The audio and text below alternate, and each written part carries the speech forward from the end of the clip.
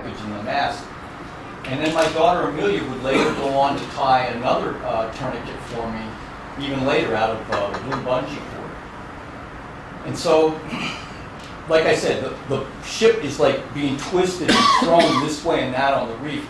And it's a catamaran, right? So there's two hulls, and both of the bows break off about 20 feet from the bow. And they both break off, and the life raft falls from the deck, and it's trapped in between these two hulls and all this stainless steel rigging that's there. And we as a family, we move around on the deck. As the boat swerves, the safest place on the boat gets different because the waves are attacking from a different direction. And we continue to do that, you know, and it was insane. You know, I remember my daughter Camille, and she's saying to my wife, "Mommy, if you go to heaven, I want to go with you." And meanwhile, the deck right underneath her would open and slap shut again, you know, or Jack, you know, the little guy, he was 8 years old at that time, but he crawled all the way across the submerged cockpit, and he got that blue bungee cord, you know, that my daughter needed to tie the other tourniquet.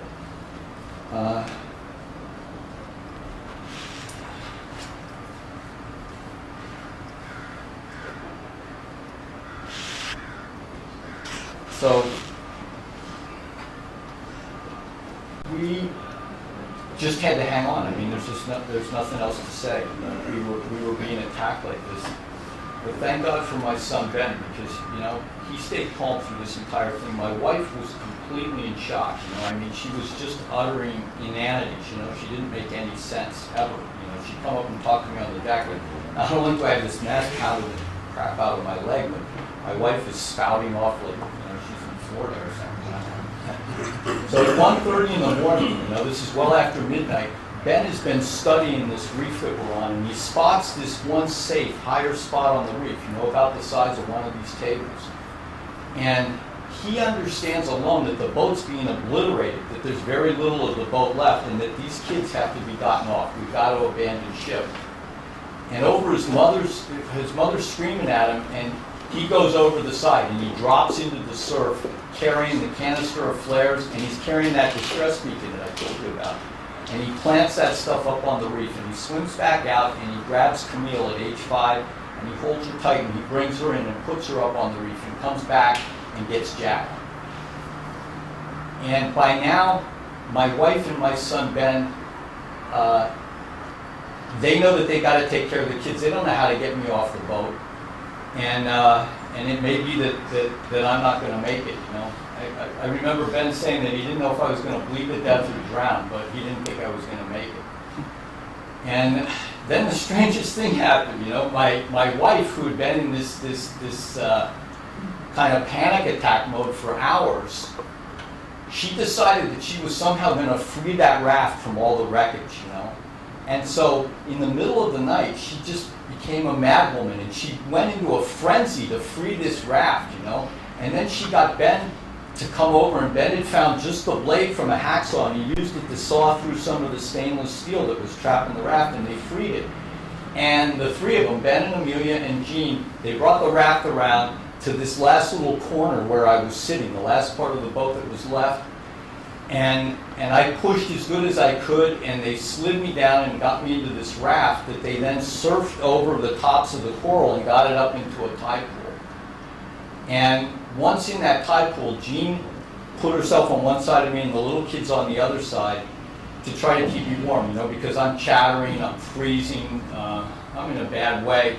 And Amelia takes the life raft and hangs onto it so that it won't bang into the sides of this tide pool where the coral would just rip it to shreds and the thing would be destroyed. And that goes on for the rest of the night. While Ben's out there on the reef, he never stops, you know. He's always collecting supplies because none of us know how long we're going to be there.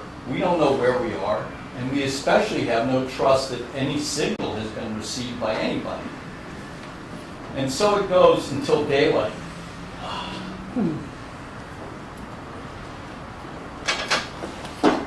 But at first light, you know, Ben's looking all the time, and he thinks he sees this flash off on the horizon, and he's hoping that it's a plane.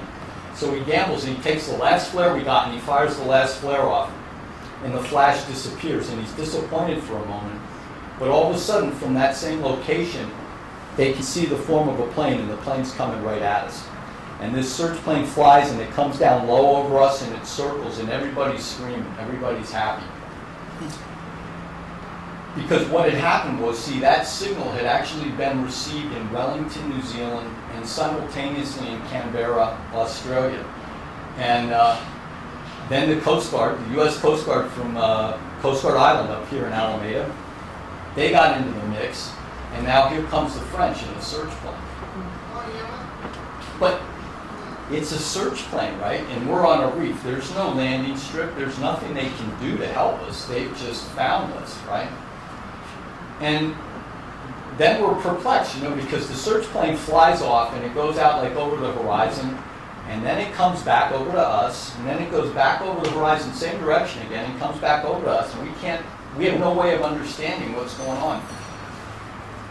But what was happening was, we couldn't see over the horizon, but 6 miles over the horizon there was a little islet, and on that islet, a Polynesian family, a mom and dad and 14 kids, they lived on this little islet, on a hut on stilts over the water. And they had no running water, no electricity, they were just subsistence fishermen. And the French were trying to get these guys to get in their little wooden boat and follow them to the wreck site. But the poor family, they didn't get it. And the French didn't know what to do in the jet.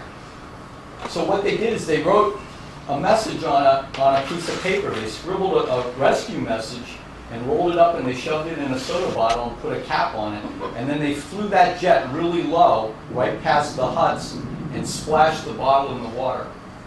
And this guy, Papa Tukutu, read that message, and he put 4 of his biggest, strongest Polynesian sons in their wooden boat, and off they went 9 miles to find us.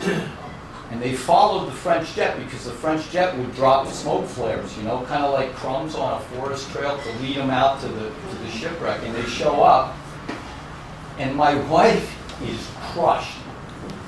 She's thinking the cavalry's coming, But these guys, they're just happy-go-lucky Polynesians. They don't know anything's wrong. They've got no medicine. They've got no blood. They just got this boat, and the boat doesn't run that well either. But they wind up picking me up in the life raft, put me in the boat. Everybody piles in the boat. They can't get the engine to start. My wife's screaming, my husband's dying, screaming, my husband's dying. Finally, the engine starts, and we arrive back an hour later at their little settlement, And Mama Taputa, the family couldn't have been nicer for my wife and kids. They had food ready for them when they got there. They had clothes for them, because my kids and my wife had next to none. And later they even give them really, beautiful jewelry made out of pearls. And they had a little, like a portable radio, and this voice came out of the radio, because it was a two-way radio, and it telling my wife that there was a helicopter. There was a helicopter on the way, and it'd be there in about 4 hours. And my wife screamed back at that radio, "My husband's lost too much blood. He's dying. You've got to hurry up. He's going to die." And there's silence on the other end of the radio. But a helicopter did come. A French Army helicopter landed on a little bare spot, coral there, after lunch. And there was a French combat doctor, an experienced, like a trauma doctor, on board that helicopter, and he very slowly and carefully did what he could to stabilize me, because first he looked at me, he didn't even understand why I was alive, but he was scared that in the effort to try to move me, that would be too much of a shock and it would kill me. But, the alternate was to die on the atoll, so the next thing I know, we're lifting off of Manaway, and we land in Bora Bora. And when we land in Bora Bora, they got the search jet refueled, and it's sitting there, and they have to open the bomb bay of the search jet because they can't get me in on a stretcher. And they load me in through the bomb bay, and boom, off we go to Tahiti. And we land there at Tahiti, and they put me in an ambulance, and that evening, I'm in the operating room. And I can still see the black silhouette of the faces of those French surgeons. It's the last thing I remember, before I went under, and I was just ecstatic. I was so happy. I couldn't believe that my wife and my kids were alive. And they amputated, and they took my leg, and they put me on dialysis for days, and I had to get a bunch of transfusions, obviously, because I'd lost over 3/4 of my blood. You know, and my kidneys had shut down within probably the first hour after the mass had whacked my leg. And I had tons of bacteria in my veins, you know, that had all come in from the reef into the wound. So they had their work cut out for them, but I recovered, and to the point where a couple weeks after that, out there in Papeete, the French Admiral, they had this wonderful celebration for us, a military celebration. And then when I was well enough, I went back to the States, and I wound up right here in Scripps Hospital, here in La Jolla. But the physicians here took one look at my leg, and they told me, you know, look, your knee, I mean, the pounding and everything, they couldn't salvage my knee, so I had a second amputation here in La Jolla the third day I was back in the United States. So that's the tale.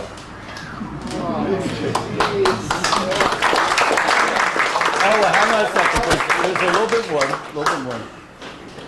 So anyway, that's what we learned, you know, the good and the bad of the whole thing, sailing thousands of miles like that, and, you know, being isolated, being alone as a family for weeks at a time. And I've tried to give you guys glimpses of all these great things that happened, you know, I mean, like Amelia making jewelry out of volcanic magma, you know, from these volcanoes, or baking bread aboard the boat, or she would sketch and then buy native clothes or cloth, right, and then make her own clothing and all that kind of stuff. There were a lot of great memories, you know, and then there were like all these frustrating memories, you know, the repairs, the homeschooling, that kind of thing, and then there were these moments of just pure terror. But it pushed us to the point where there were times when, you know, you didn't even want to get on the boat. You regretted the decision that you'd ever done it. What do you expect, you know, when you put a mom and dad and you put 4 kids on board a boat, and it's kind of this closed space, and then you've got this feeling that you're crawling all over each other while you're trying to move this boat across the ocean. You know, it can get ugly.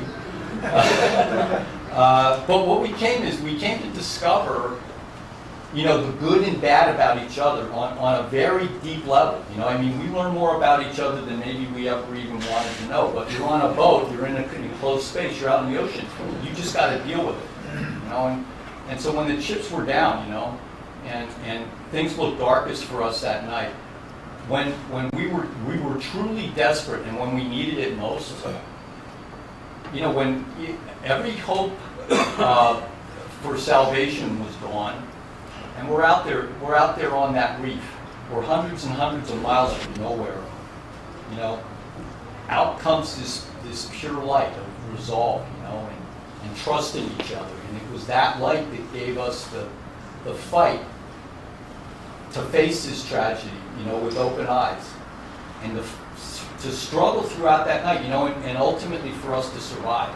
I mean, to the point where I'm able to be here today, you know, and talk to you guys, and the good fortune to write a book. I think that the most substantial transformation in our journey was the deepening of the bonds between my wife and my kids and myself, you know, between us all. And because of that, you know, we would never trade places with anybody. We would never do it over again any differently, even if we could. I know I wouldn't. Because what we learned is that no matter how impossible a situation is, you know, you can never give up. I was given a great gift as a father to watch my wife and my children, you know, yelling to each other and fighting together, you know, with these family bonds that made them stand against this horrible night and stand by me throughout it. You know, like I said, Camille telling her mom that if she's going to heaven, she wants to go with her. You know, we're watching little Jack and he's holding that emergency beacon up throughout the night. Those kind of things are what make me understand it. You know, it's the unity of strength and love in a family. That's what gives you the power. It gives you the spirit, you know, to try, you know, to never give up. When we were out on that reef, marooned like this, I came to a realization, we all did, that you know, each other, that was all we had, but that was all that really mattered, you know. And that if we could stick together like that as a family, we wouldn't lose hope, and we didn't. You know? So what I hope and what we try to remember is that, you know, we all face impossible situations in our lives, you know, and they're going to come up again for all of us. And I just hope that you guys can remember, like we try to, that the same resolve and strength that we found out there, that you can find inside yourself. You can find it inside your friends. You don't have to look that far. You can find it right inside your family, you know, and that in your time of need, you go to that kind of strength because it's there, right where you need it and right when you need it most. Thank you. Thank you very much. I appreciate it. John,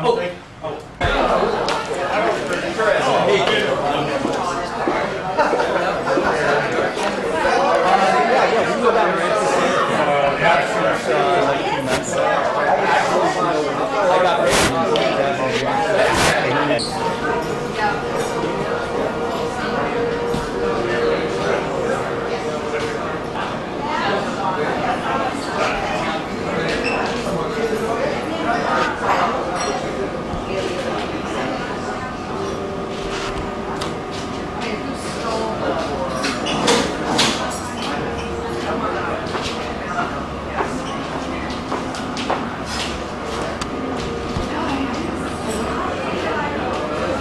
Hang on, Cam, I see your shadow you walk. Right. You know what? You can stand. You stand right up here. Step to your right. Yeah, that takes out some of the glare off the book. How much of this do you think you're going to use? How about you? We're going to use this.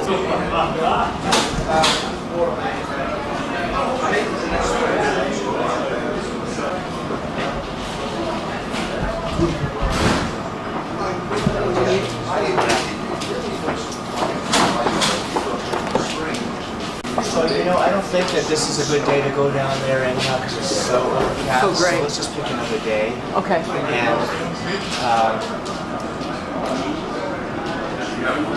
you charged him more for me than normal, so why don't we just take that extra money and roll it into it? Is that okay? Well, no, I'd rather have that. I'd rather not have that rolled in. I'd rather save that for my for something I'm going to do.